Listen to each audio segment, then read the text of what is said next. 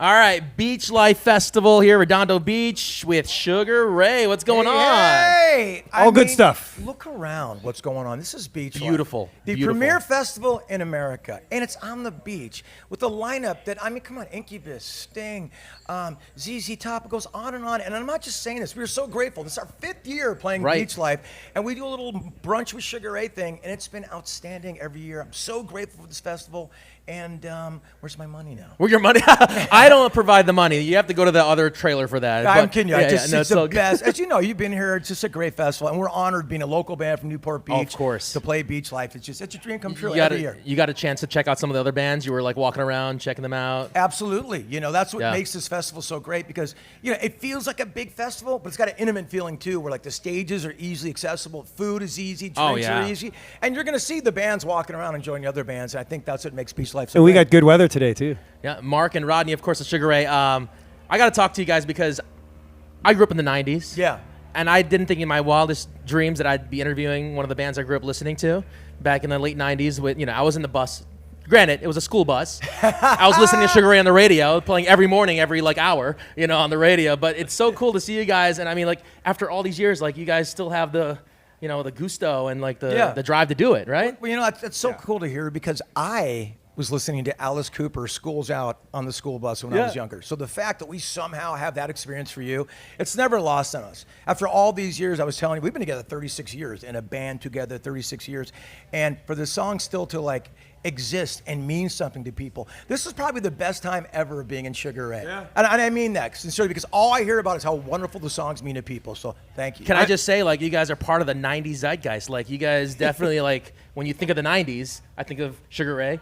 Mark's hair, you know. That's Rodney. nice to hear because, I mean, that's a huge compliment because we've been having fun since we started. And as you see, we're still having the same amount of fun. So if it gets through to people, that's even extra for us. What do you think about the 90s that gives it that aura, that like charm and appeal that people romanticize about all the time, and you guys being a part of it? You touched on it a little bit, but it's the frosted tips. It's just what really gives people the vibe. I got to say, the 90s was a generation, the decade, if you will, where all genres were torn down. Kind of like the Lollapalooza age. You brought in like the Boredoms, playing with Rollins Band, playing with Blink-182, playing with Ice-T.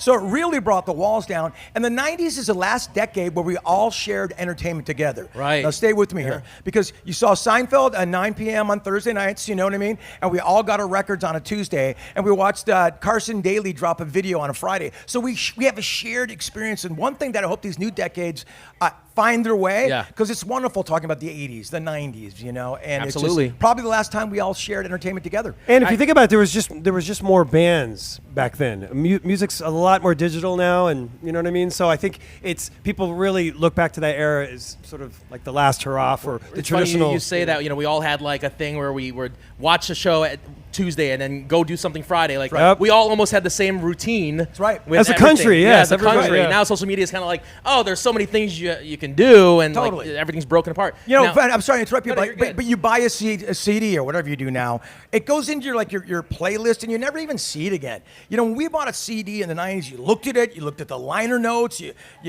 talked to your friends. Album cover. I was looking at the art. Right. You actually listened to all the songs in sequential order, so it was more of a shared experience. Now, I don't want to sound like an old curmudgeon and all that, because I love the new music too. I do, and I think it's easier now than ever to play instruments because of what Rodney touched on. That's the good news and the bad news, you know. So I think people they don't have time to really develop their craft on stage, because we had to grind out thousands of hours in front of terrible people. Now kids are getting now kids are getting a viral hit on TikTok and going and playing in front of 10,000 people, and they're like, ah! It's ironic that we talk about that because it's the 15 minutes of fame. Your album's 1459. You guys you celebrated the 25th anniversary recently. We did. This year, the album, the biggest album you guys had, and it's just so funny now that social media is like everything's just like 15 seconds of fame, and it's like, all right, oh yeah, I remember that meme, and then just forget about it. It's so crazy. I think you're saying that because that's what happens. Like the people get a little viral hit of something, and it just goes away. And the thing about us, we had a label, Atlantic Records, behind us to sustain the momentum that was lost and keep it going, and hype people up for new records. So it's interesting what's happening today. It's never been easier to have a hit single, but be careful of fast food, man. It goes away quickly. Exactly. You know what I mean?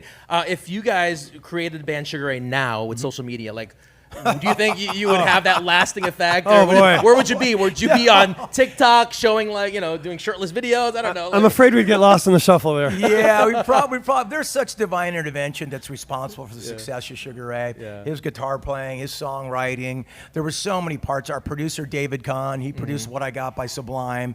When I heard that, I went, wow. I think he kind of found the puzzle to how to figure out how to really synthesize the Southern California sound of hip hop, pop, reggae into one thing. So I could never underestimate how many people helped us get where we are. Of so course. Hopefully someone would be there for us. But yeah, I'd probably have my shirt off. Yeah. And Thousands of views on you TikTok. Know what I mean? Thousands. Thanks, dude. Probably get 100 to be all my family, or me clicking on it 10 times. There you go, right? Having your family see that'd be weird. So you guys, what do you guys do in your free time? Like just hang out at, when you're not doing Sugar Ray things? Well, we both have kids, Yeah, and I have animals, so I like to sit with my family. What kind of animals do you have? Yeah, dogs and cats. Oh, okay. I thought you had like a iguana or something. You were talking No. I have animals at home. Like I used to, when my kids were little, we had a farm. We had chickens, lizards, tortoises, you had a whole thing. everything. Yeah, but we've narrowed it down to just 4 now. But there's horses and stuff. Oh yeah, and we have a horse too. you have a yes. horse? The horse doesn't live with us. That's why I forget not about inside. him. Yeah, he's can't not live in the inside. house. Right, And my kids are a bunch of animals, so it all kind of ties in Same together. thing, same thing. 14-year-old twins is tough. How about you? How many kids you have? I don't have any kids. Oh, you don't? Okay. No, I'm 37 and single. I'm just as old as Sugar Ray, almost a little bit older. Wow, look at that. Yeah, so.